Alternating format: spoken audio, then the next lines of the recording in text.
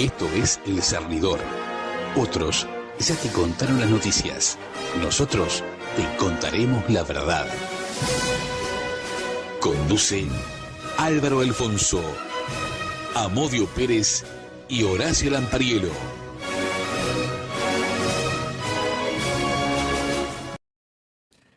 Buenas tardes, Uruguay. Con la sola presencia de Álvaro César Alfonso y la asistencia técnica de Javier Caraballo, ¿quién les habla? Héctor Amodio Pérez. Se pone en funcionamiento el cernidor número 276, correspondiente al día 27 de abril del año 2026. Este fin de semana, como el tiempo invitaba a quedarse en casa, estuve ordenando la biblioteca, revisando papeles viejos y esas cosas, haciendo limpieza.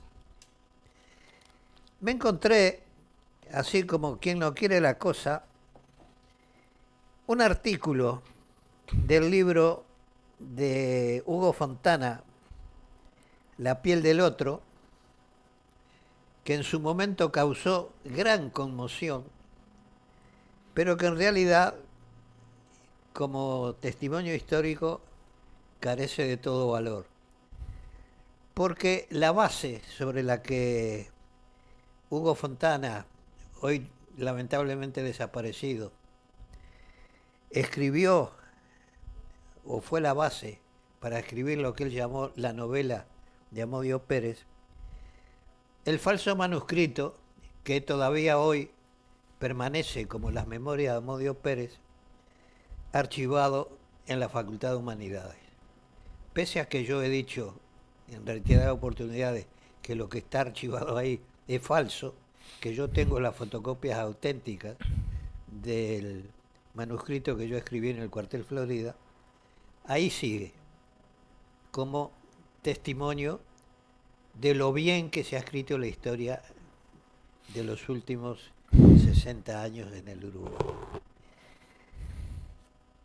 Así que hoy voy a hacer un alto en la lectura del libro Los audios del ocaso para referirme a una noticia que dio la vuelta al mundo en el año 1984 y que me convirtió en un personaje digno de James Bond o de algún otro personaje de una serie de aventuras de esas que es tan dado el cine norteamericano.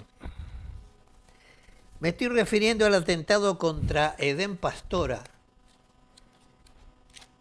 el 30 de mayo de 1984 en la localidad de La Penca, en el lado nicaragüense de la frontera con Costa Rica.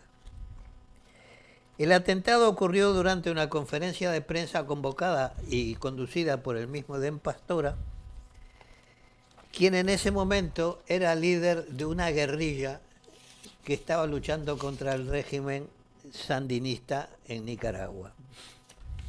En 1982, 2 años antes del atentado, Edén Pastora, que había sido militante sandinista, fundó la organización guerrillera Alianza Revolucionaria Democrática, también conocida por sus siglas ARDE. En las páginas 316, 317 y 318 del libro de Hugo Fontana se transcriben parte de esas noticias que, como les dije, dieron la vuelta al mundo. Vamos a ellas. Página 316. Amodio Pérez, más sospecha, San José de Costa Rica, 1 de agosto de 1984, AFP, o sea, la sigla de Associated France Press.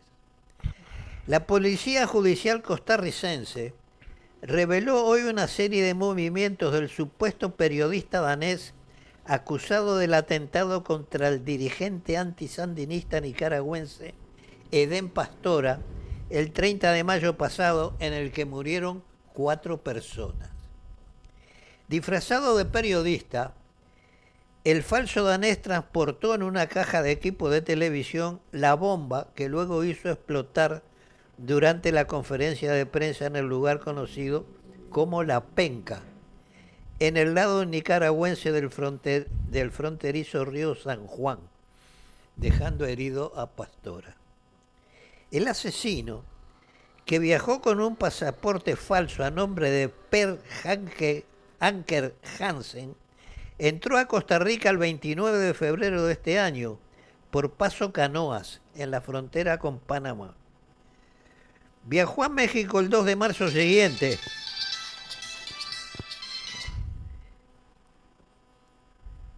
Viajó a México el 2 de marzo siguiente en el vuelo 908 de la Compañía Mexicana de Aviación y el 26 del mismo mes llegó a Costa Rica procedente de Honduras en el vuelo 415 de la Compañía Sasha.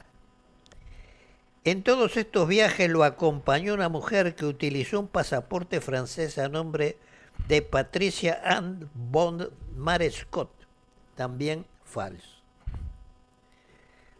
Pero esa supuesta francesa, cómplice de Per Anker, lo hacía en asientos separados para evitar que los relacionaran, según el informe policial. En Honduras, el falso danés alquiló en varias oportunidades un vehículo con el que hizo viajes de 100 kilómetros a un lugar considerado por la policía como estratégico. La semana pasada se publicaron aquí versiones difundidas en Europa, según las cuales el falso Per Anker Hansen sería en realidad Héctor Amodio Pérez, que en la década de los 70 contribuyó decisivamente a destruir el Movimiento de Liberación Nacional Tupamaro. Medios policiales rechazaron extraoficialmente esa versión, pero se negaron terminantemente a aportar los elementos en que basan ese juicio. La información proporcionada por la policía local agregó también que el falso Anker había salido de aquí hacia Perú el 4 de noviembre de 1983 en el vuelo 933 de la compañía española Iberia. Las investigaciones para detener al responsable del atentado están siendo llevadas a cabo en coordinación con la policía de diversas naciones, entre las que se mencionó a Perú, Bolivia, Honduras, España, Francia, Suecia, Israel, Alemania Federal y Venezuela. Los tuve locos. Otra noticia, página 317. Se desconoce la procedencia. El zorro puso la bomba. La respuesta parece estar ahí desde el momento inmediato al atentado contra Pastora. El controvertido comandante de las legiones antisandinistas del ARDE, organización guerrillera de intermitente accionar dentro de Nicaragua, había caído fulminado por el estallido de una bomba. Su recuperación es considerada poco menos que insólita, casi una resurrección.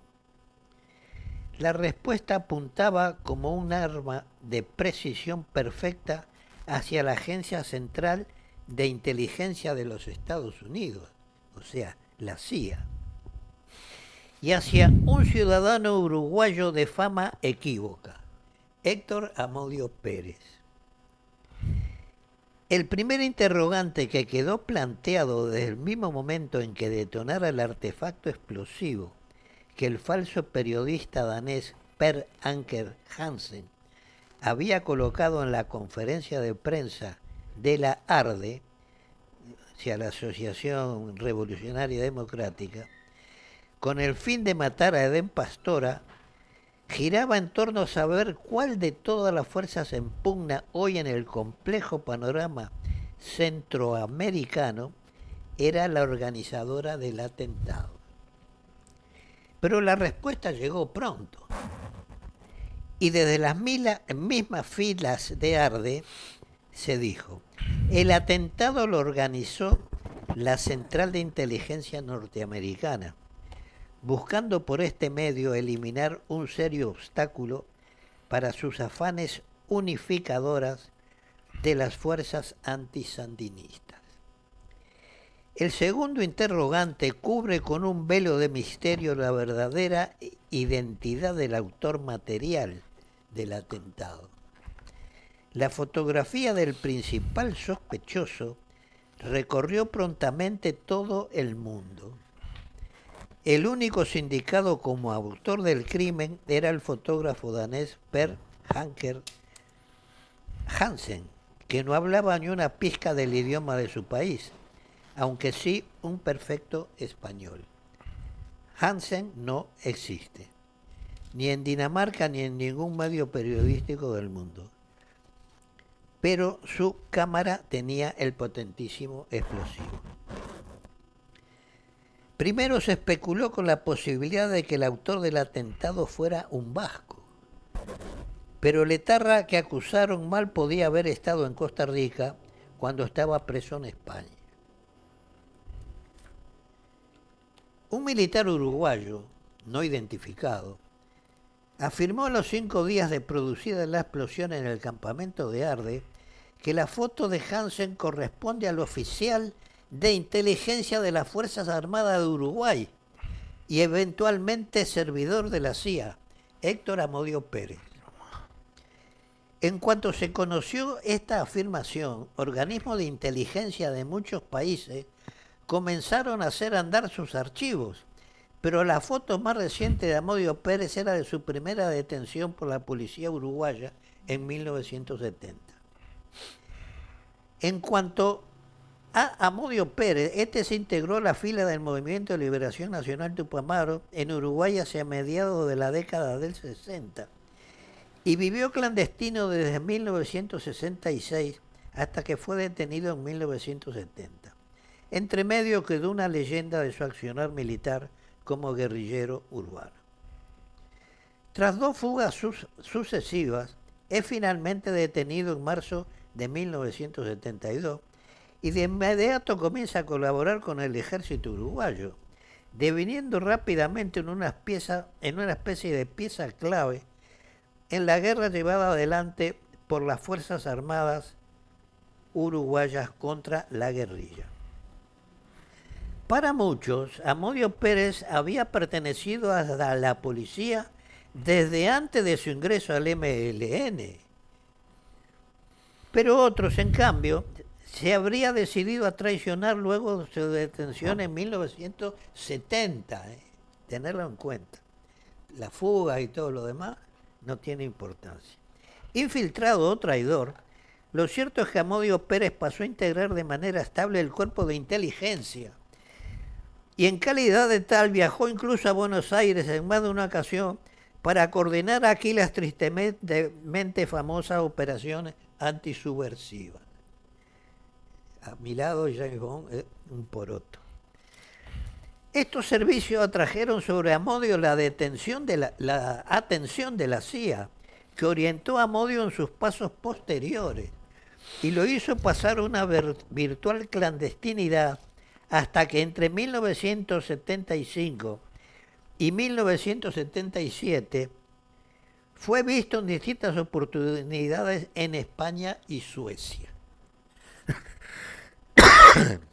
Perdón, voy a aclarar el garguero.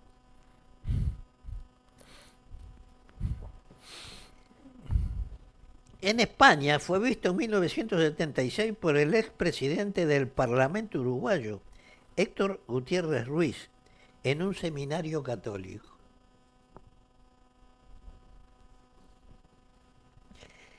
El estilo con que fue concebido y ejecutado el atentado se acomodan perfectamente a la mentalidad y experiencia de Amodio Pérez, ya que éste tiene una vasta experiencia de doble identidad.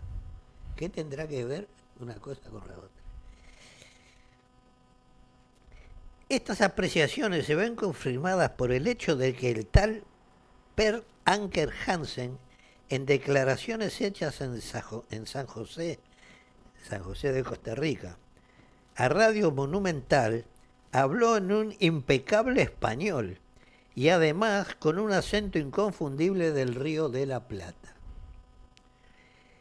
El periodista sueco Peter Thorvaldson, quien fue herido en el atentado, declaró por su parte que cuando conversó antes del atentado con Hansen le pareció sudamericano. Y el único sudamericano que andaba por ahí era Amodio Pérez. No lo dice él, es un comentario al margen. En círculos oficiales uruguayos se mantiene hasta hoy un total hermetismo sobre el caso. Sin embargo, todas las pistas llevan a afirmar que, en efecto, un agente del gobierno uruguayo sería el hombre que puso la bomba.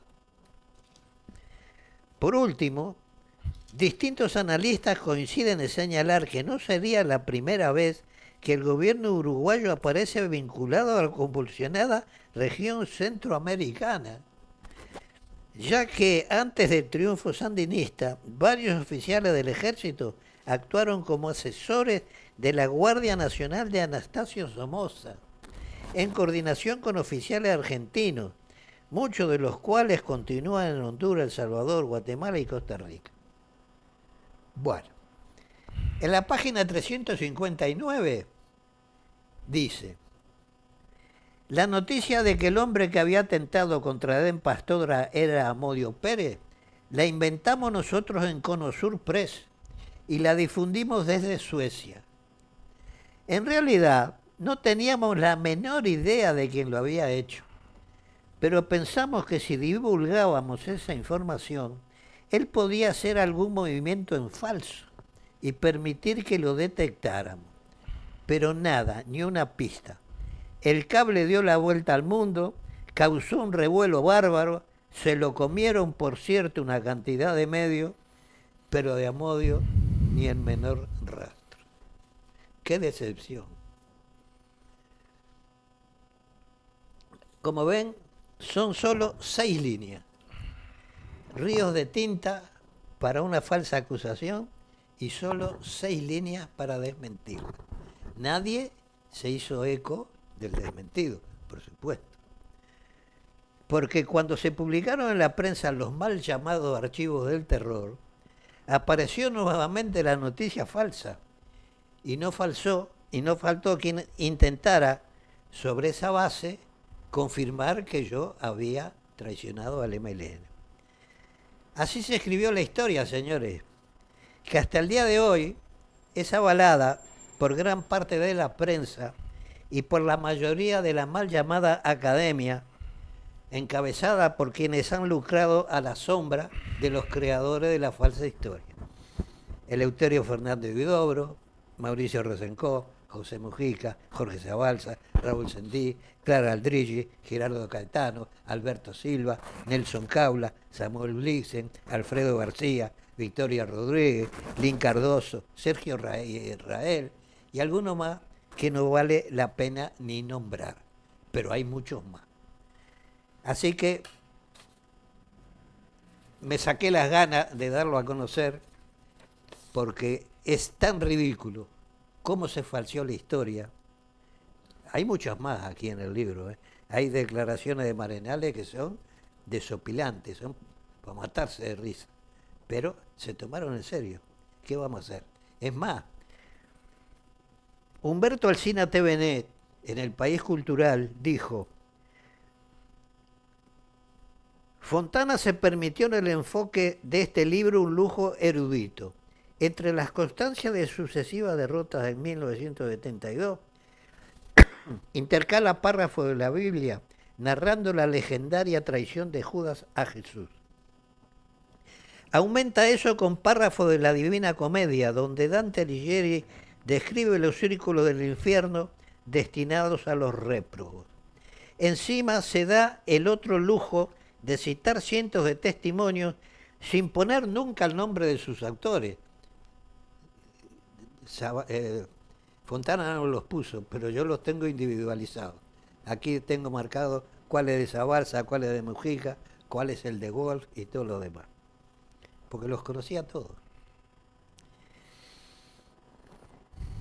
En algunos casos dice, por explícita solicitud del que dio el informe, y en el resto por mi expresa decisión, dijo Fontana. Este juego de nombres ocultos podría ser trivial, incluso en un documento histórico, porque es indiferente que esto o aquello haya sido dicho por un ex Tupamaro o por otro. Pero se hace importante cuando muchos de estos párrafos solo pueden ser atribuidos por su contenido al mismo Amodio Pérez. Pues no, porque está escrito sobre la base de la falsificación de mi manuscrito. Y cuando quieran lo comprobamos. Pero a nadie le interesa comprobar que lo que estoy diciendo es verdad. Si a alguien le interesara la verdad, me habría llamado y me habría dicho, ¿me puede prestar las fotocopias para cotejarlas? Vos las leíste. Claro. Y sabés muy bien que lo que estoy diciendo es la purísima verdad. Así que el próximo jueves seguiremos con los audios del ocaso. Sí. Amodio, ahí cuando dicen que apretó el zorro apretó la bomba, ¿era Diego de la Vega o era...? No se sabe. No se sabe, ¿no? Capaz que era Diego de la Vega. Así se escribió la Sí. historia.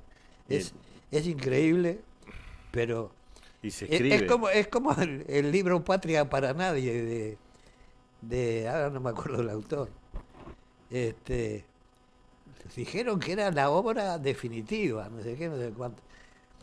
Yo me puse en contacto con Pablo, no me acuerdo cuánto se llamaba, o se llama, un experto contra no sé cuántas cosas.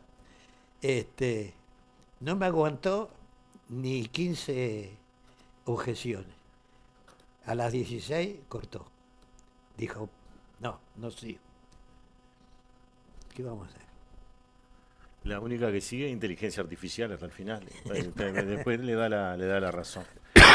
Un comentario sobre esto. En un momento, cuando salió todo eso, le pregunté a Federico Fasano y me dijo, no es porque Amodio era bajo. Y esa persona era más alta que Amodio. Debe ser la única verdad que dijo Fasano. Sí. Otero también lo desmintió. Sí. Bueno, por estos días, lo que nosotros venimos hablando hace varios programas, de los golpecitos de Estado que está dando el gobierno de Orsi, chiquitos así, pero se van sumando, salieron mucha gente a escribir, ¿no? Uh-huh. Horacio va a leer lo de Manuel Flores Silva. Juan Martín Posadas también escribió algo en El País el fin de semana. Ambos eran senadores en aquel momento.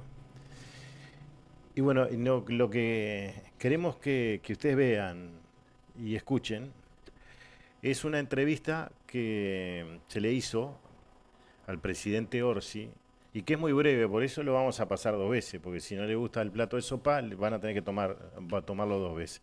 Pero son pocas palabras, pero esas pocas palabras muestran muchas cosas que después quería comentar. ¿Se verá? El soberano soberano. El soberano soberano. Porque dice que puede repercutir en la economía, puede repercutir en la economía, en la macroeconomía de nuestro país. Lo que la ciudadanía resuelva es sagrado. ¿Se verá? El soberano soberano. El soberano soberano. Porque dice que puede repercutir en la economía, puede repercutir en la economía, en la macroeconomía de nuestro país. Lo que la ciudadanía resuelva es sagrado. Bueno, que es de pocas palabras, es de pocas palabras. Pocas palabras. Bueno, en realidad yo agregaría algo más. Es sagrado pues, si votan a favor del Frente Amplio. Por lo tanto, si no votan a favor de lo que quiere el Frente Amplio, no es sagrado. Y si no, tenemos las pruebas que empiezan con la ley de caducidad hace 15 años y siguen de largo. Ahora, ¿es algo sagrado? 61-39 fue el tema de la ley de seguridad social. 61 siempre es más que 39, y más en una democracia. Ahora, ellos siempre, después que pierden, ponen que no, que hay que atender 39. No, a los que hay que atender es al 61, que es la mayoría. Esa es la democracia. Ahora, si nos gusta la dictadura, bueno, ese es otro problema que tenemos hoy planteado en el Uruguay. Porque hay algo realmente preocupante. Ya no es que la ciudadanía no tenga credibilidad sobre el presidente de la República en su primer año. Ya eso es algo muy jorobado. Sino que está quedando probado todos los días que ni siquiera le informan lo más mínimo para cuando es entrevistado. Lo mínimo. Y pasó ahora con estos. Mañana, si ven a la hora del Consejo de Ministros que sale humo de la sede presidencial, es porque está reunido esa comisión que diálogo social, humo social, hicieron humo. Y bueno, y ahí van a traer sus grandes técnicas y para llevar adelante todas esas cosas que todos los días hablan y hablan y hablan, con sus técnicos, sus expertos, que no sé quiénes son, porque realmente no son ni técnicos ni expertos. Primera cosa, vamos a jubilar a los 60 años. ¿Está bien? ¿Y cómo van a jubilar a los 60 años? Si haces una ley, porque eso ya no hay plata para pagar, y si lo llevas a los 65 años, como en estos momentos se está haciendo en todo el mundo, pese a las manifestaciones que se realizan en todo el mundo. Aunque la ciudadanía proteste, el mundo camina hacia ese lugar. ¿Y cómo va a ser? ¿Cómo le van a pagar? ¿Van a cobrar menos? ¿Van a cobrar más? Bueno, mañana sabremos lo que va a cobrar aquel que se va a jubilar con 60 años. ¿Y con cuántos años de trabajo, además? Y bueno, y después ocultar, como hace hasta el ministro O'Donnell, que esto no quieren tocar la zafaba. Se pensará que toda la ciudadanía, aquella que es el 61 y no el 39, es boba. Pero no es boba. Por algo votó 61 y no 39. Pero como dije en el programa pasado, que hemos revisado todas las instancias en que hubo referéndum, plebiscito, etcétera, sobre distintos temas, en los cuales el Frente Amplio perdió, siempre hay una marquita allí que dice que hay que atender al que perdió. Y en realidad en la democracia hay que atender al que ganó. Si no, Orsi no sería presidente, sería otro, o no. Pero bueno, es lo que hay. Yo lo que quería leer hoy, como está de moda, y el otro día, la verdad que es bastante alarmante, ¿no? ¿Puedo decir algo antes? Sí, cómo no. Diga lo que quiera. Yo sigo pensando que la solución no es jubilarse a los 65 años. La solución del BPS es que lo que recauda, que es para el pago de las jubilaciones, se utilice para eso, no para una cantidad de cosas que no tienen, que se financian con el aporte, en teoría, para la jubilación y después se usa para otra cosa. Cosas que corresponden a otros ministerios, empezando por ahí. Y segundo, la solución está en que haya más cotizantes. Los déficits se resuelven con mayores aportes. ¿Y quién aporta al BPS? Los trabajadores y las patronales. Ahora bien, si no creamos condiciones para que los uruguayos y los extranjeros que viven en el Uruguay trabajen y coticen, lo de los 65 años va a explotar dentro de 4, 5, 6 o 7 años, 10 como mucho. Entonces vamos a estar otra vez. ¿Qué van a hacer? ¿Van a jubilar a los 70? No. La solución es otra. Pero esa no se la plantean. ¿Por qué? Porque Uruguay está sometido a los dictámenes de los organismos internacionales. Es así. ¿Qué vamos a hacer? Y hay otra cosa interna, que es que la mitad trabaja y la otra espera que lo atiendan en su casa y la cosa. Y eso es imposible, hay que terminar con eso Por de una vez, supuesto, porque este país no es viable. Por supuesto, hay una cantidad de trabajo que es sumergido, por lo tanto no cotiza. ¿Eh? Los profesionales, muchísimos de ellos, no cotizan. ¿Eh? No te dan factura, no te dan nota. ¿Eh? No te aceptan pago con tarjeta. ¿Eh? En fin. Hay mucha experiencia en escamotear los impuestos. Muchísima. En fin, era lo que quería decir. No, que me llegó por las redes sociales una intervención, supongo que de un panelista en el programa de Canal 10, Polémica en el Bar. Casi saltó en la mesa contra Mercedes Vigil, que estaba hablando de la reforma constitucional, aduciendo que la ley de caducidad fue declarada inconstitucional en el año 2009. Bueno, se ve que a este muchacho nadie le avisó que la Suprema Corte de Justicia declaró constitucional la ley de caducidad el 2 de mayo de 1988, antes del 2009.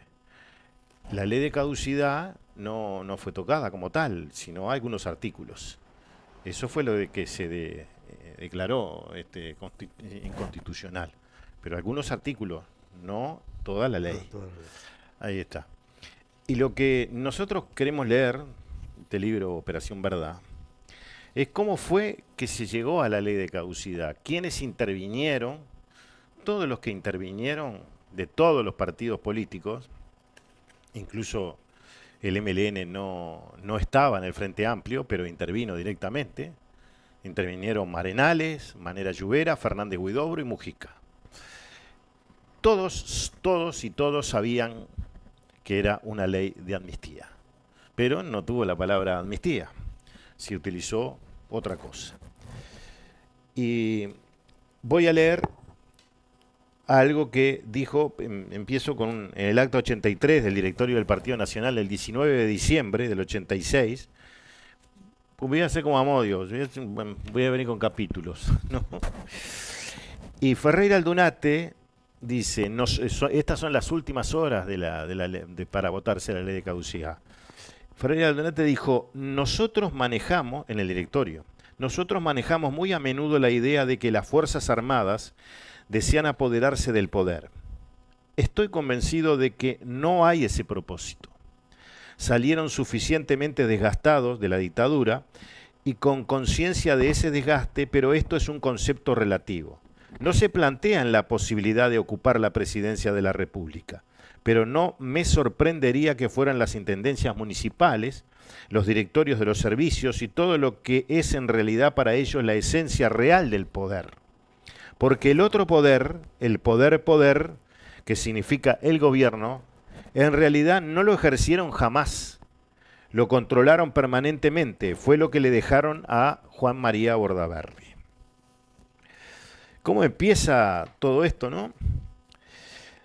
Desde la primaveral vuelta a la democracia, después del 1 de marzo de 1985, hasta el mes de diciembre de 1986, el gobierno de Julio María Sanguinetti, Partido Colorado, los principales dirigentes políticos, los jefes de las Fuerzas Armadas y los cabecillas tupamaros buscaron una propuesta en el más estricto secreto para conciliar un perdón para los militares que habían violado los derechos humanos durante la dictadura, 1973-1985.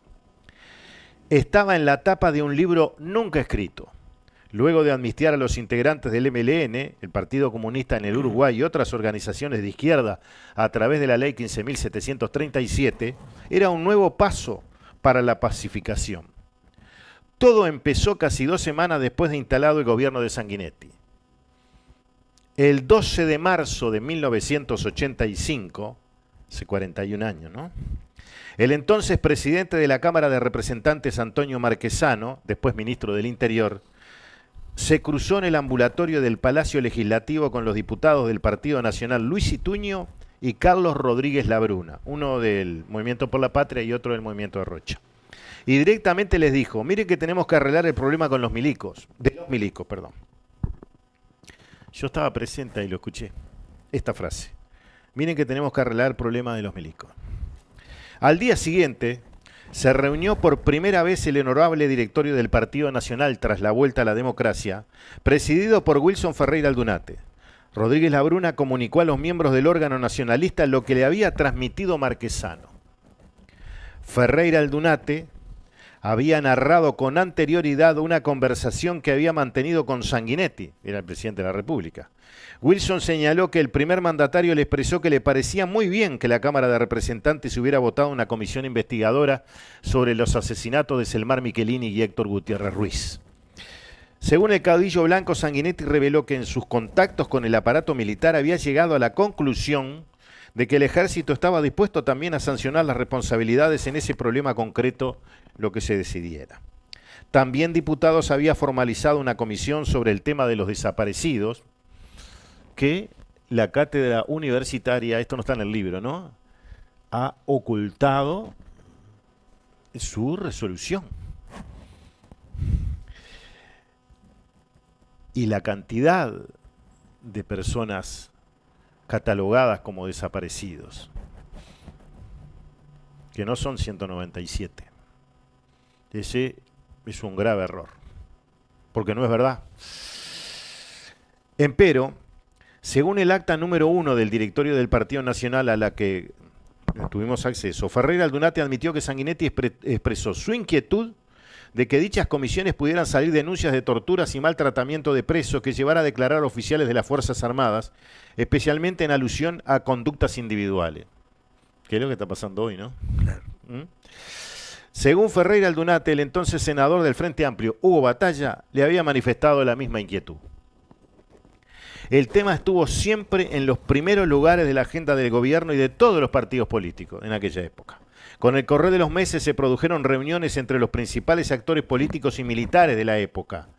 Uno de los encuentros más recordados, que tuvo una mediática resonancia pública con el consiguiente debate político natural, fue entre una delegación del Partido Nacional con Ferreira Aldunate a la cabeza y los jefes del ejército, encabezados por el teniente general Hugo Medina. Fue propiciado por el entonces presidente Sanguinetti y se celebró el 25 de julio de 1986 en la estancia presidencial de Anchorena. Y tal vez esa reunión fue la que empezó a escribirse la ley de caducidad.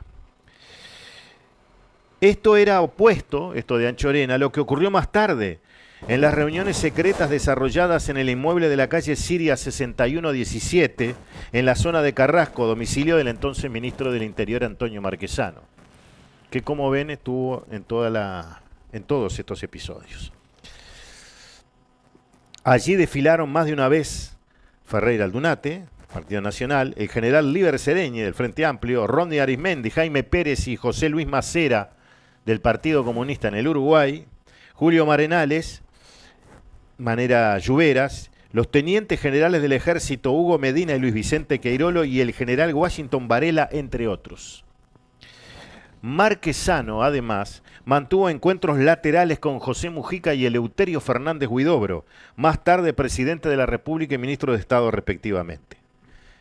Y además, esta justicia, le comunicamos que los ministros de la Suprema Corte de Justicia también bosquejaron ideas para la elaboración de una iniciativa que no ponía feliz a ninguno de los actores políticos y a los letrados judiciales. El sistema de trabajo que siguieron, buscando conciliar una solución final, fue el siguiente. Acudían a los encuentros de 2 o 3 de los nombrados, tomando las máximas precauciones para que los medios de comunicación no se enteraran. ¿Cómo llegaban los diferentes actores involucrados a la zona de Carrasco? Un joven de la más estricta confianza de Marquesano llamaba desde un teléfono monedero público, en aquel momento eran aparatos instalados por Antel en la vía pública o en edificios del Estado, al teléfono reservado asignado en esa época al ministro de la Presidencia de la República. El aparato era de color rojo, como en las películas de espía, ¿no? Marquesano al principio marcaba una dirección, una esquina de Montevideo o directamente calle y número de puerta de un inmueble y la hora que debería esperar al convocado de ese día para trasladarlo a la calle Siria en Carrasco. Inicialmente el joven que oficiaba de chofer no tenía la mínima idea de a quién iba a buscar. Con el paso de los días, la familiaridad del traslado al lugar de las reuniones provocó que los actores políticos lo invitaran hasta a cenar. En este caso fue el general Sereñi. En cambio, el líder comunista Rodney Arizmendi lo invitaba a que hojeara libros que tenía literatura sobre la ideología marxista-leninista. Esto en su casa, ¿no? En el domicilio de Marquesano se tomaban todas las precauciones para mantener el secreto. Por ejemplo, a la guardia oficial del ministro se le daba la orden de moverse una cuadra. De esa forma no tenían forma de enterarse quiénes llegaban a Siria 6117. Es decir, corrían la guardia, entraban por este lado. Sin embargo, en determinado momento hubo sospecha de seguimientos y hasta escuchas telefónicas de partes de oficiales de las Fuerzas Armadas radicalizados. Es decir, aquellos que habían estado en la primera línea en la represión. Bueno, cosa que es cierto esto, ¿no? Hubo escuchas telefónicas. El destinatario de las supuestas intervenciones era el propio jefe del ejército, el teniente general Hugo Medina. Aunque sobre ese punto varios años después el propio Medina dijo, el autor en este caso, ¿no? No es de recibo dentro del ejército. Si hubiera sido cierto, tendría el bastón. Si hubiera sido cierto, tendría el bastón de mando ahí y no podía haber sido ministro con la tranquilidad que lo hice. Pero las escuchas existieron. En el domicilio de Marquesano, en una habitación, había una mesa donde se colocaban hojas de cuaderno, donde cada uno dejaba sus pretensiones y sus ideas. Como le dije, dirigente de todos los partidos políticos y miembros de la Suprema Corte de Justicia. Los militares querían un resguardo. No aceptaban en esa época presentarse ante la justicia civil por operaciones desarrolladas durante la lucha contra la subversión. En realidad esto venía del pacto de Clunaval, directamente. Si bien el espíritu general era de otorgar un perdón, el Partido Nacional y el Frente Amplio se negaban sistemáticamente a votar una amnistía lisa y llanamente. Es decir, la mayoría del Partido Nacional. Y los blancos, en caso de una solución acompañada por todos los partidos, se resistían a que figurara la palabra amnistía. Entre las aspiraciones de los diferentes actores estuvo la pretensión de los tupamaros de recibir una reparación pecuniaria. Es decir, que Marenale, Manera Lluvera, Fernández Huidobro y Mujica ya la solicitaban, pese a que Fernández Huidobro no estuvo de acuerdo con la misma, de la forma que está planteada, ¿no? Lo que finalmente se concretó en el primer gobierno del Frente Amplio presidido por Tabaré Vázquez el 13 de octubre del 2006 a través de la ley 18.033. Eso que se conoce como la jubilación del guerrillero, pero en realidad cobran comunistas y miembros del PVP, que capaz que son más, si los llegamos a contar. El general Sereñi, en el curso de las reuniones, había planteado la suspensión de los juicios por violaciones a los derechos humanos por espacio de un año. En ese lapso se buscaría la solución final. El 3 de diciembre de 1986, Canal 10 emitió el programa político Prioridad, un debate donde Ferreira Aldunate cuestionó el proceder de Sereñi por su propuesta. Les recomiendo entrar en YouTube y ver ese programa, que ahí está muy claro cómo se llegó a la ley de caducidad, cómo fue todo y la postura de cada uno. En la contienda política también estuvo presente Marquesano en representación del Partido Colorado. Sanguinetti le pidió al ministro del Interior que no polemizara. La discusión de fondo debería ser entre Wilson y Sereñi.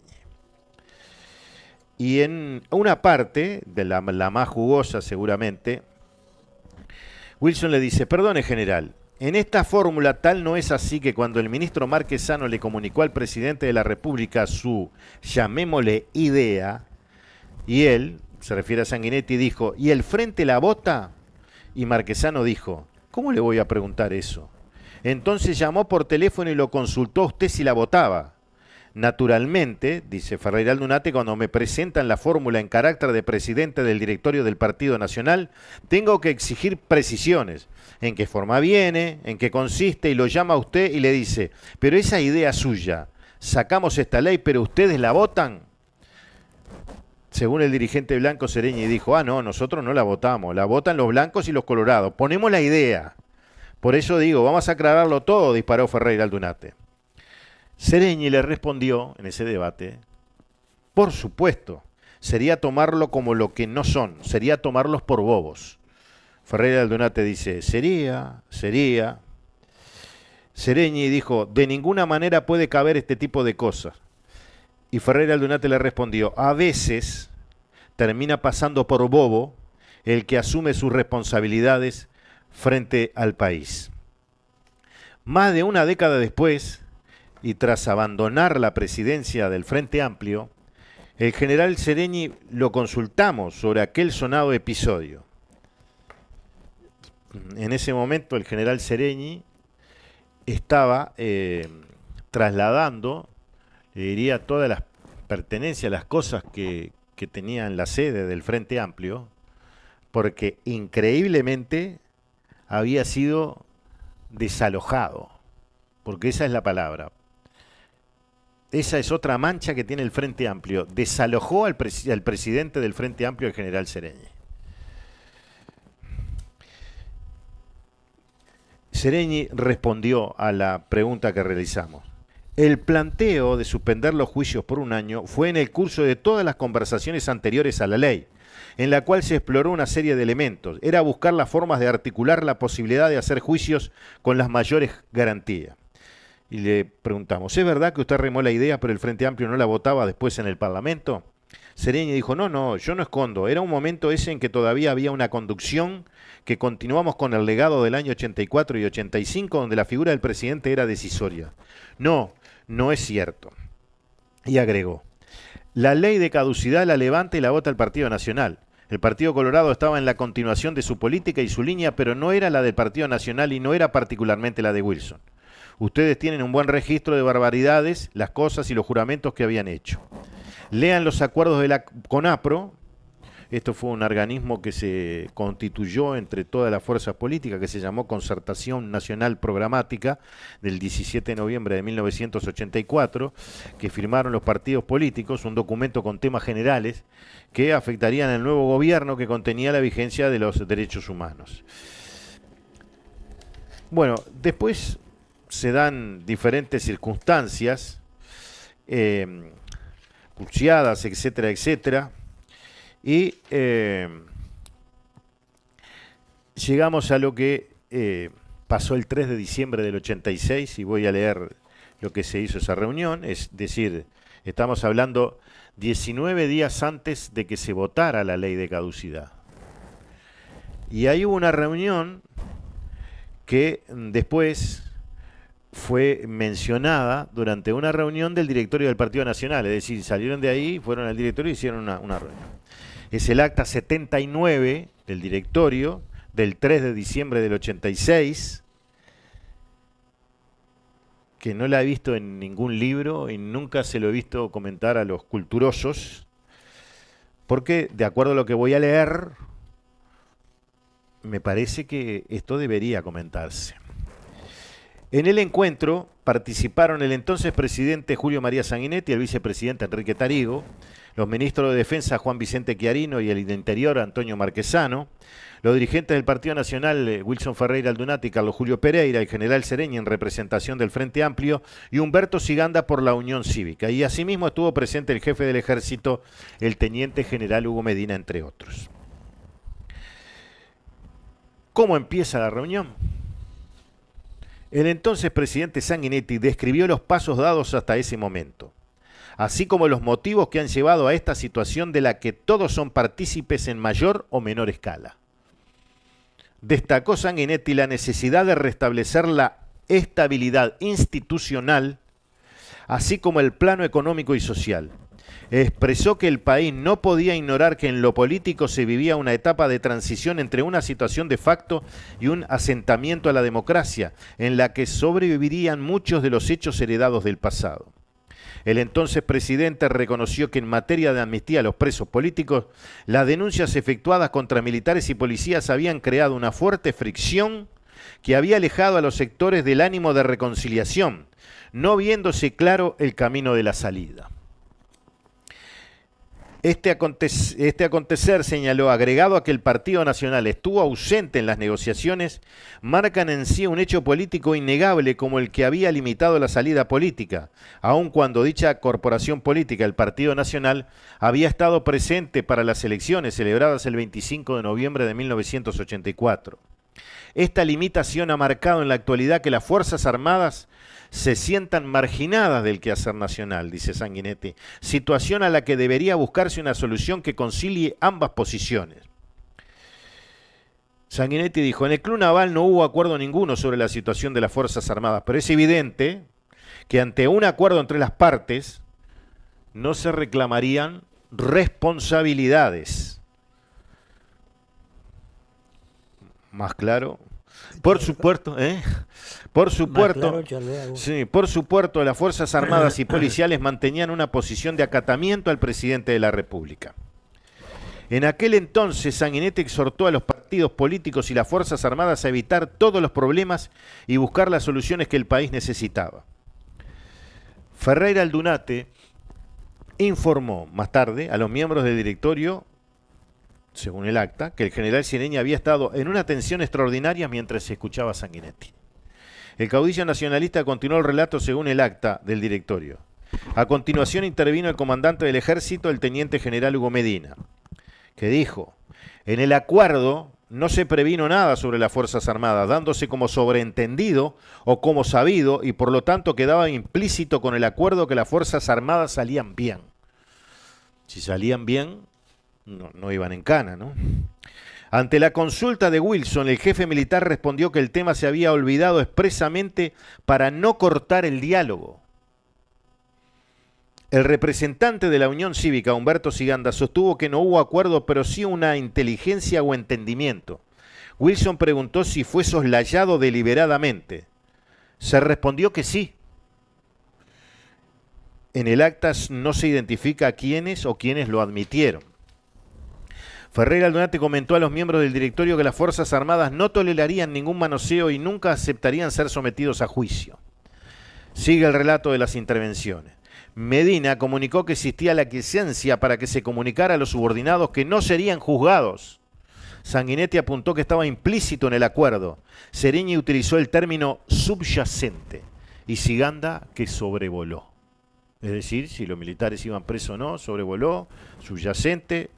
Medina decía que no serían juzgados, que eso es lo que existía y era lo que le habían comunicado. Se preguntó a ambos si no pensaban que en algún instante el tema haría eclosión. Y allí se dice que en el acta hubo un silencio total y absoluto, tanto de Cireñi como Siganda. Wilson insistió, los militares no irán a declarar, pero el partido salió fortalecido con la cabeza levantada. Si tuvieran que elegir, Sanguinetti y los ministros ordenarían acatar las órdenes, y no habrá tal acatamiento, por lo que solamente quedará pasar vergüenza, ya que los militares no se darán por enterados. Se debe hacer un esfuerzo para evitar esta situación de humillación.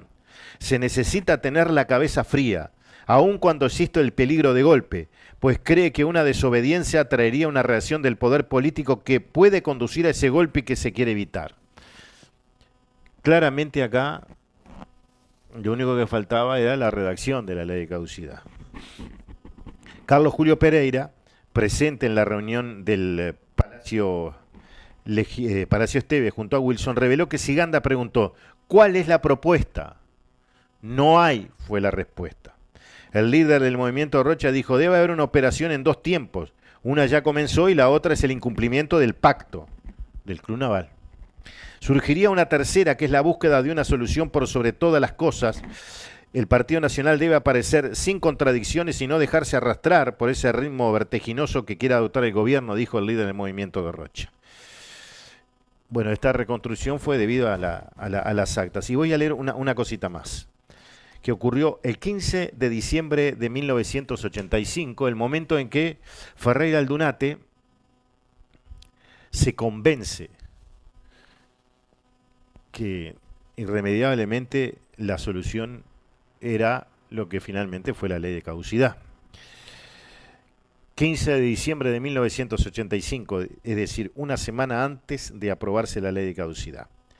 Sanguinetti, entonces presidente de la República, convocó al entonces senador del Partido Nacional, Juan Raúl Ferreira, a la residencia presidencial de Suárez y Reyes.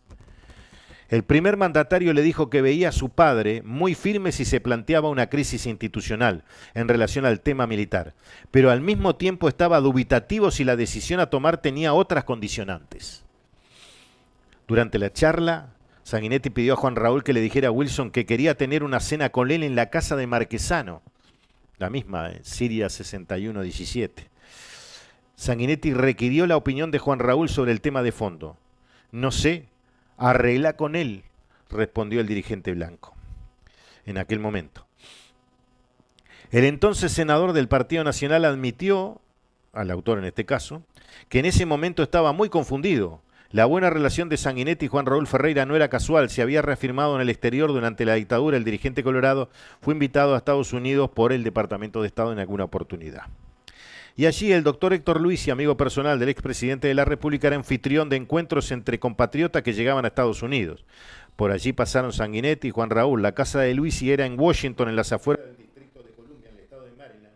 En las reuniones, los contrarios al régimen de facto intercambiaban informaciones sobre la marcha del proceso en Uruguay.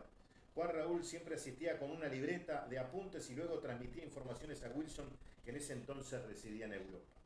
Luisi fue canciller, senador del Partido Colorado y embajador de Estados Unidos.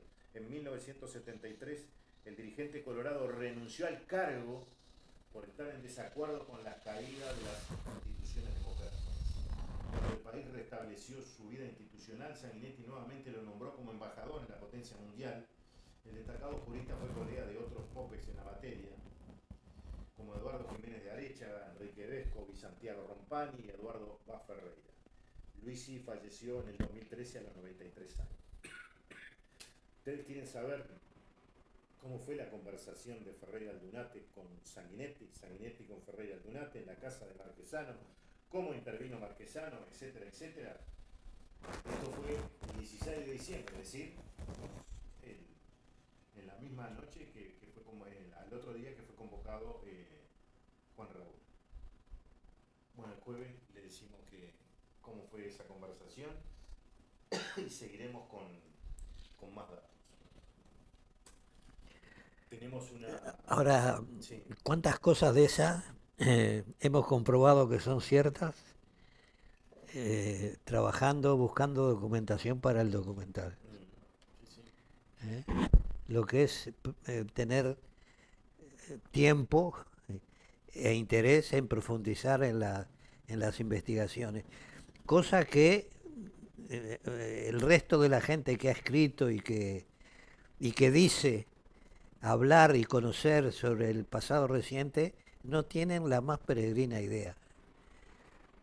Yo, cuanto más hemos investigado nosotros, yo más me convenzo de que aquí se ha escrito porque les pagaban, porque hicieron un negocio.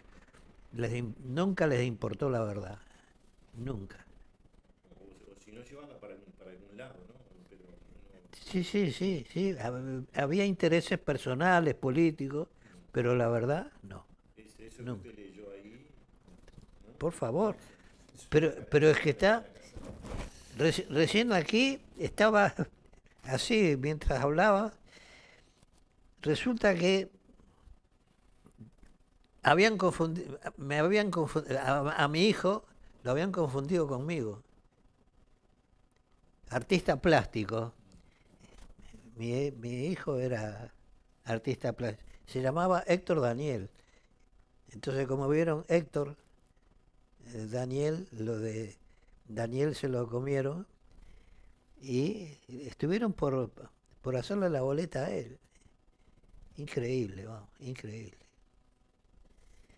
Y además se repiten cosas, se dan por hecho cosas que Sí. existieron. No, y se citan. O medias verdades. Sí, Está lleno de medias verdades. y se citan unos a otros. Blixen cita a Lesa cita a Abercon cita a Blixen, y así sucesivamente. Sí, yo creo que el problema central acá está en la cátedra universitaria, ¿no? Por supuesto. El problema está Por ahí, supuesto. que investigan lo que quieren, fue un ejército a buscar algún elemento por el tema de la nuera de Hellman, no encontraron nada. Hacen libros y ponen lo que ellos quieren y no todo, porque hay que poner todo, si no tiene mucha gracia, porque si nosotros agarramos acá y vamos a la calle Siria y sacamos a alguno de los participantes, ya no es lo mismo, ¿no?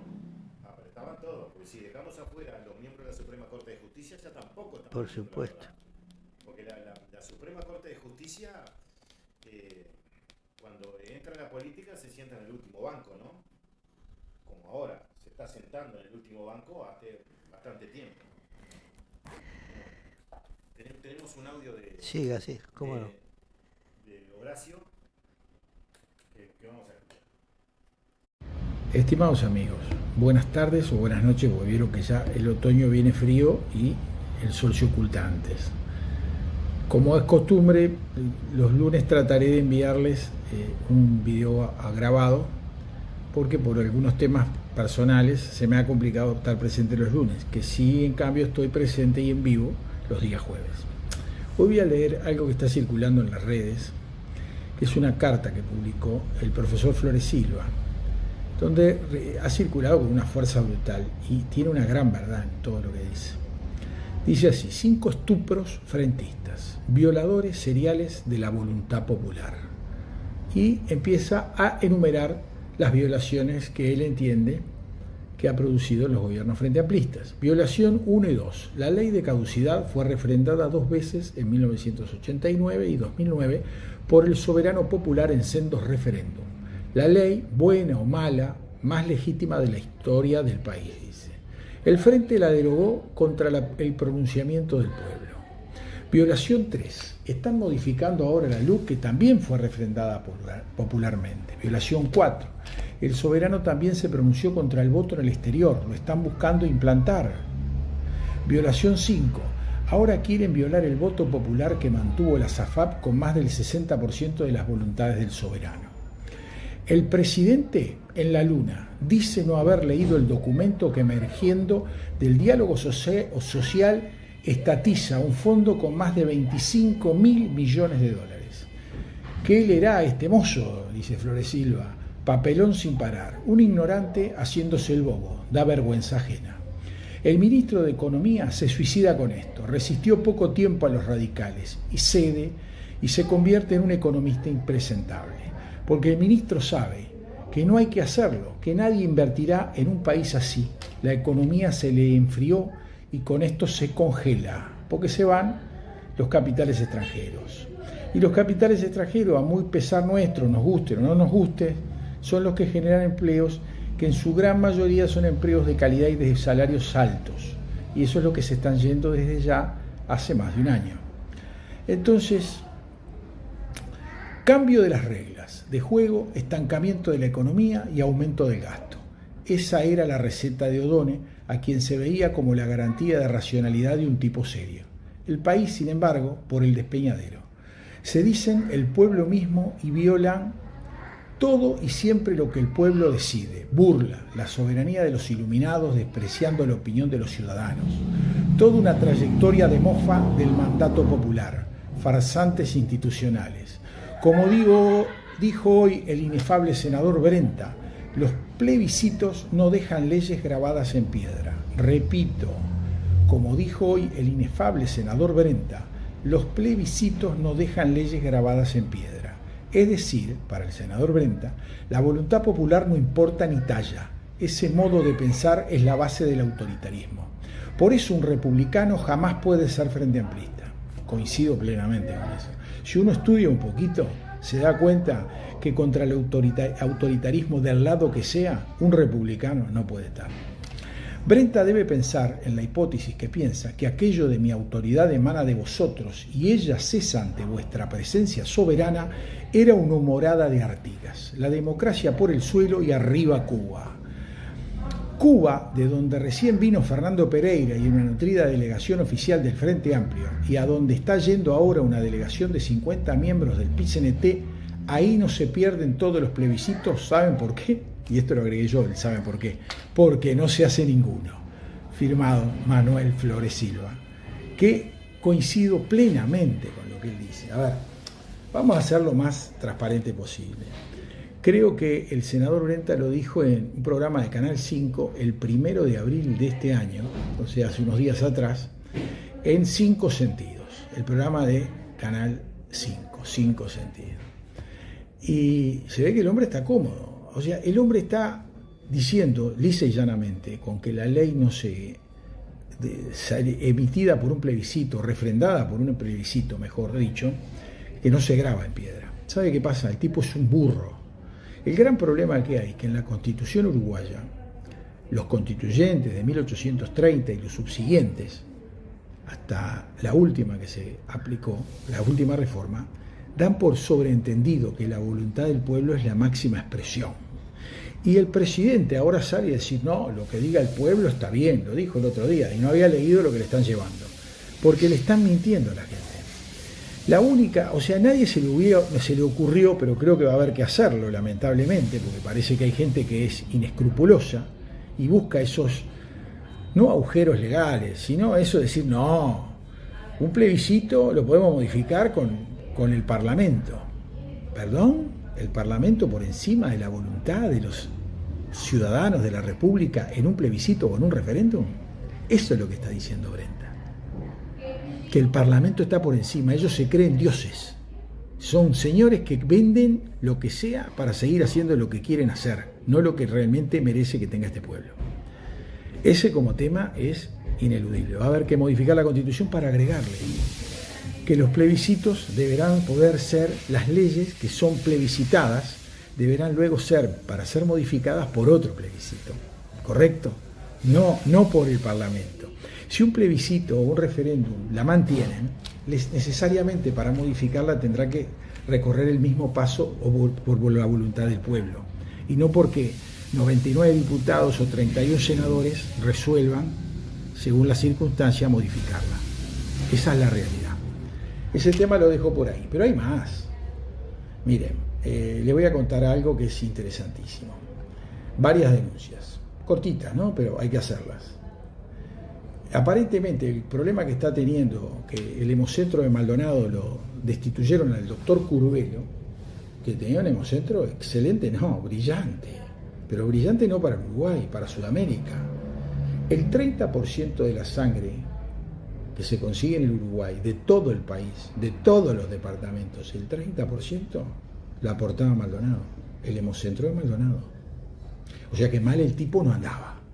Bueno, ahora el gran problema es que el tipo arma beneficencia para solventar al hemocentro. O sea, no le pide tanta plata al Estado porque no se la da.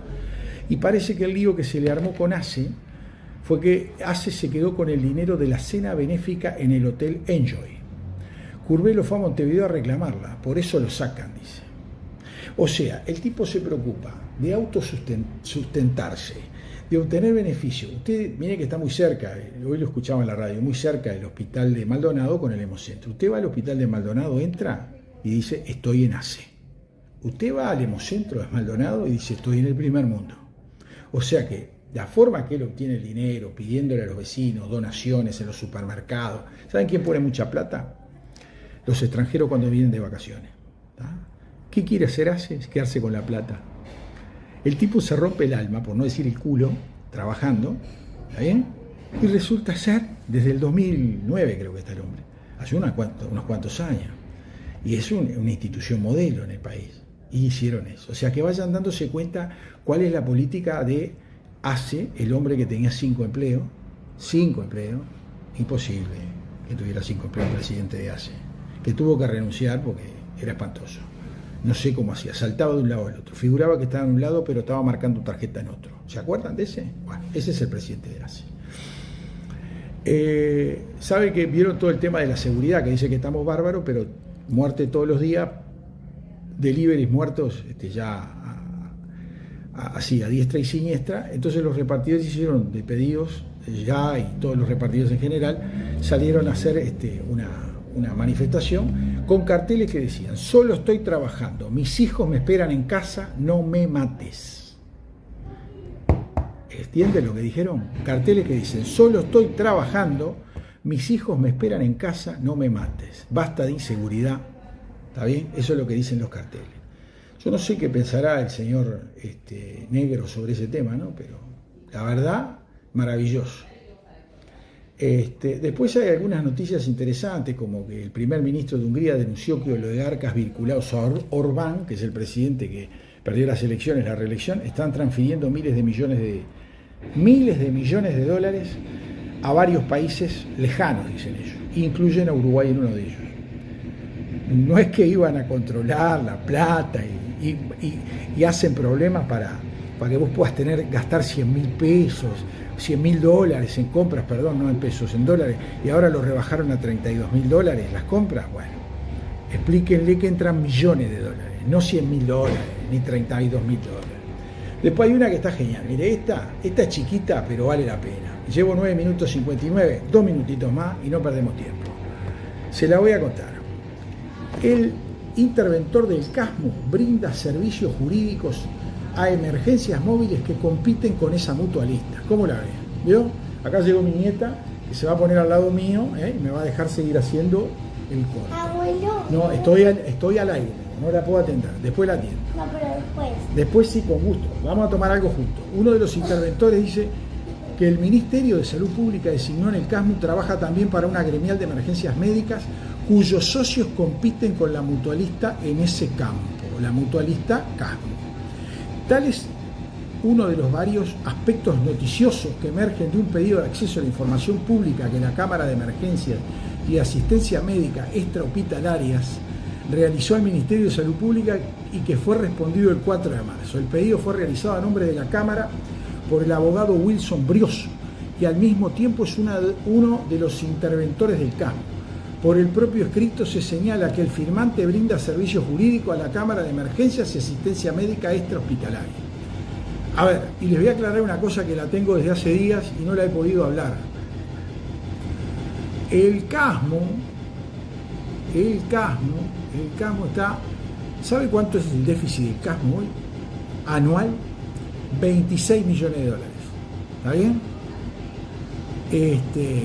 26 millones de dólares. Pero hay un gran tema. ¿Sabe cuánto fue el último préstamo que se le dio en el gobierno de la calle Pou? 20 millones de dólares. Así que le dieron 20, por ahí por el 24, en el 25 perdió 26, que eran los 20 que habían prestado, más 6 más. Y después hay noticias que salen, por ejemplo, que dicen CASMU, ahogado por los prestamistas, dicen que no va más. Los prestamistas ya no le quieren dar plata porque ven que no la van a cobrar. Ese es el FONASA, señores. Los interventores que ponen son vedores realmente, no son interventores, son vedores. No tienen potestades y ponen amigos de los amigos, ¿entienden? Esto se va al mismo demonio y el país se va con él. Fuerte abrazo y será hasta el jueves. Hasta luego. Bueno, Modio, ahí estuvo la columna de... Estimados amigos, buenas tardes o buenas noches. El jueves ya estará con nosotros. Yo muy brevemente voy a hablar de la degradación del nivel de la política en este país. Sinceramente, la intervención de esta, no sé cómo llamarlo, señora o señor que se hace llamar Nicole Spinetti, las manifestaciones que realizó, que fueron dadas a conocer por el programa Hacemos lo que podemos. Nosotros también hacemos lo que podemos. No confundir. Realmente son de vergüenza. Cualquiera con un poco de sensibilidad, cualquiera que haya tenido algún concepto de educación, de buenos modales, de saber actuar en función de una actividad de tipo político, que estos personajes vivan a costa de los sueldos que les pagamos, porque, no sé, dice en su currículum que es artista, bailarines, no sé qué. Yo, la verdad, no estoy muy metido en este tema de los travestis, las personas trans y todo lo demás. Más pienso que cada cual haga su vida mientras no se meta con la mía.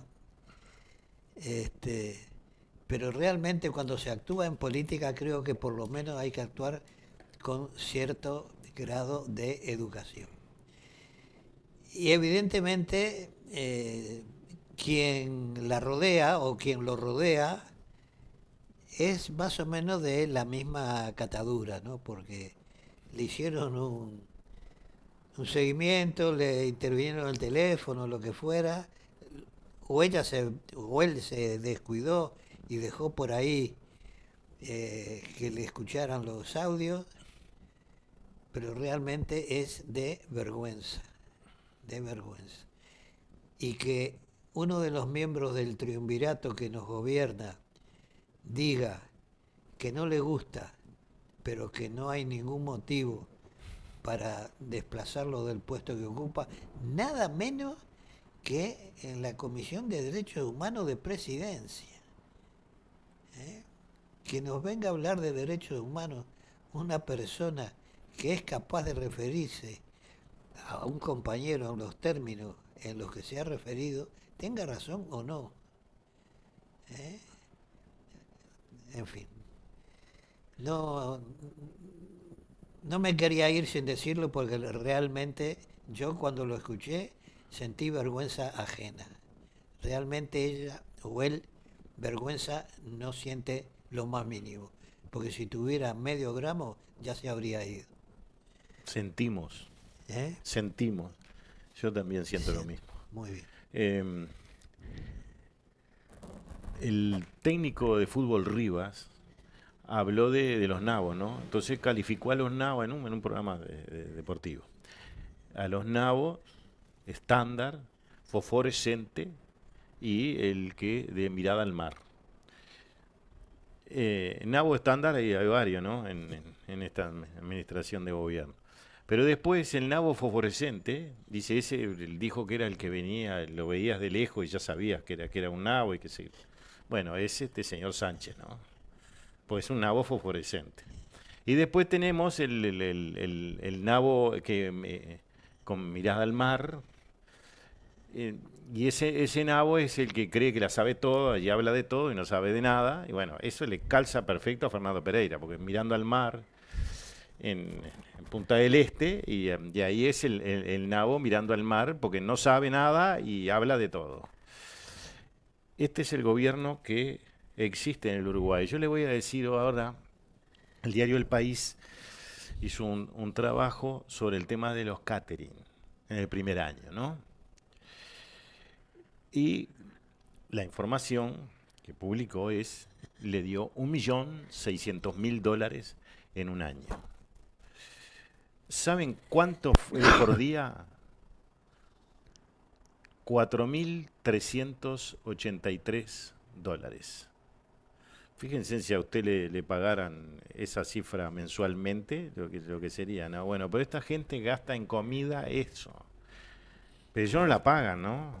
Eso es evidente, no lo pagan. Ya los autos oficiales ya sabemos cómo los utilizan. Bueno, es de terror, ¿no? Si en catering gastaron $1.600.000, pero el ministro Odone, esto va a salir esta misma semana, si no es mañana, es pasado, va a aumentar otra vez los combustibles. Porque todavía sigue el tema, la guerra, etcétera, etcétera. Antes era un mes en el gobierno de la calle Pou, todos los meses se sube, no sube, baja, no baja. Cuando llegaron dijeron, no, a cada 2 meses. Qué casualidad que ahora les entró la gana de todos los meses. Bueno, pónganse de acuerdo entre ustedes. Le vuelvo a reiterar, de comida, este gobierno se gastó $4.383. ¿De comida no? Sí. De pastelito. De pastelito, sí, cosas. Que además leyendo las pretensiones realmente es de risa. Sí. Es de risa. Eso sí que es tirar el dinero. Sí, claro. Sí, indudablemente. Pero cuando Horacio mencionaba este episodio de Maldonado, del doctor Curvelo, una pregunta que todavía el Frente Amplio no ha respondido es los 500.000 pesos que le sacaron al presidente de ACE. ¿Quién se los paga? ¿El Frente Amplio? $500.000. $500.000. No, que de sueldo, el sueldo. Ah. El sueldo. Ah. ¿Se Creí acuerda estaba- que él estaba... No, creí que estaba hablando del Hemocentro. Seguro.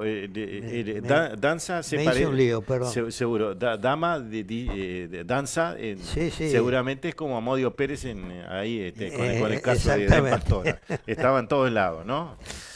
Y bueno, producto de que estaba en todos lados, cobraba una cifra de 600.000 pesos por mes, un poco más. Bueno. Lo cierto es que después, cuando se descubrió todo esto, primero se debió ir del cargo. Lo tenían que haber sacado, pero no lo sacaron. No solo lo dejaron en el cargo, sino que alguien debe estar cubriendo esta cifra, porque si no, ¿cómo hace Danza con los 140.000 pesos que le puede pagar el Estado para ocupar ese cargo? Sería bueno saber. Y habría muchas interrogantes más. ¿Qué pasó con Arín? Y unas cuantas más. A Don Andrade. Pero son respuestas que nunca llegan.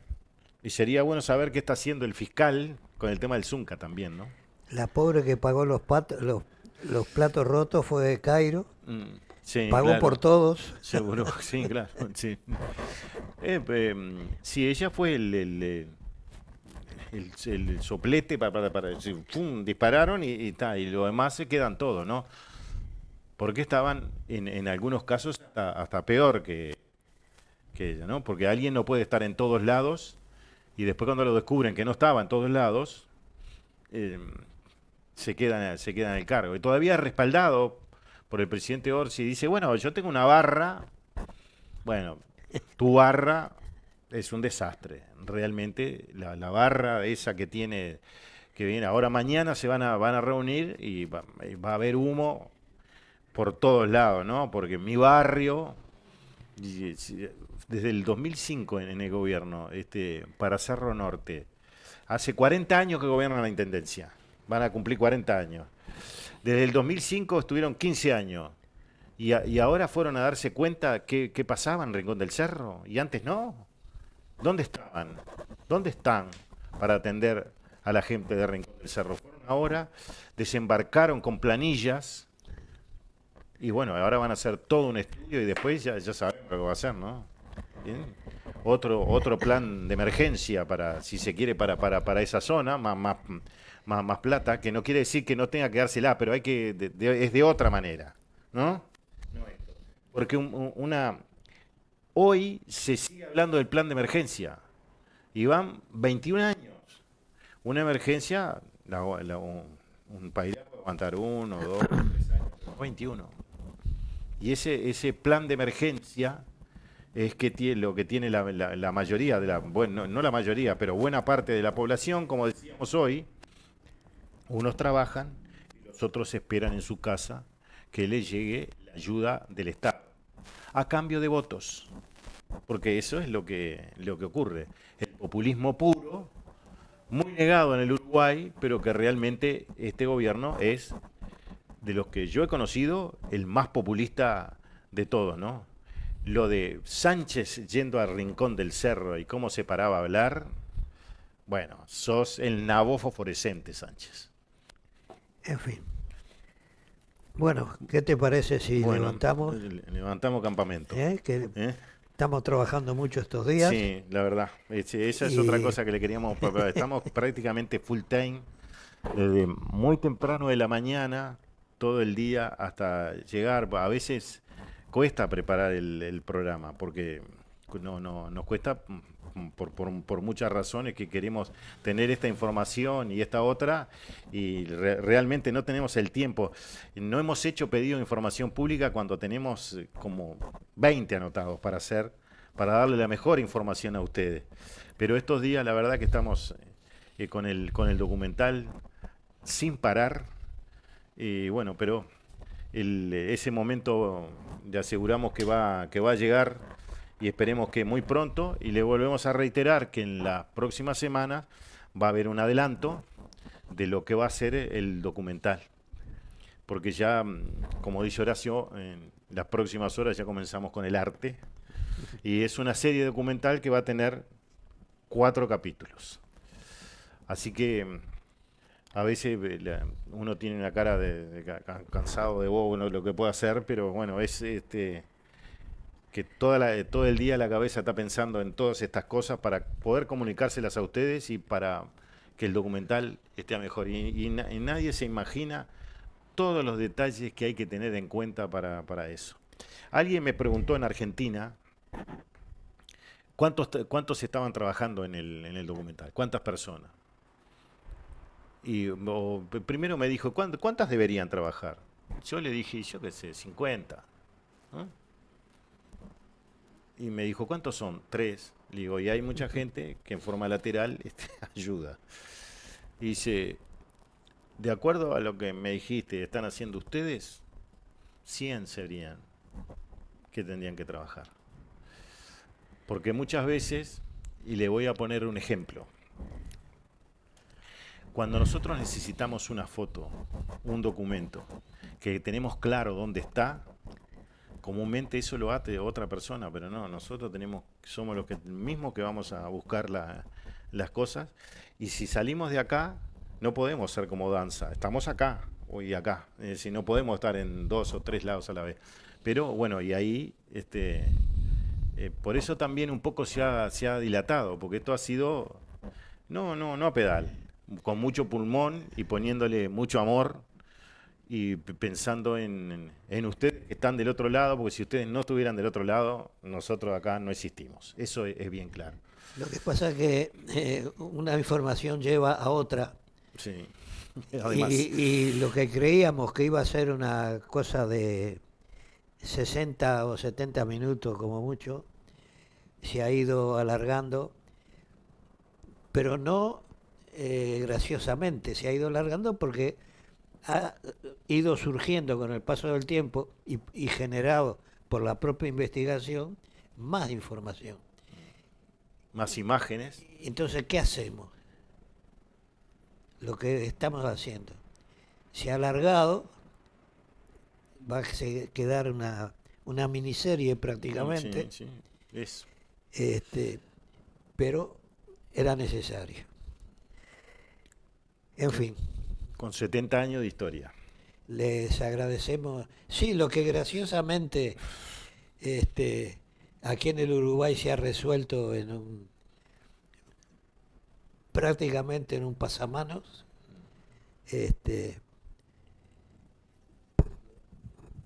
Vamos a demostrar que se resolvió mal. En fin. Nos vemos el jueves. Hasta el próximo jueves. Continuaremos con los audios del ocaso. Y gracias por estar ahí. Siempre y cuando no encuentre otro libro y otra aventura. Sí, pero... no, aquí solo, vamos, hay realmente unas declaraciones, hay cada cosa. En fin, bueno, los dejamos. Vemos. Que pasen bien. Gracias por estar ahí. Esto es El Servidor. Otros ya te contaron las noticias. Nosotros te contaremos la verdad. Conducen Álvaro Alfonso, Amodio Pérez y Horacio Lampariello.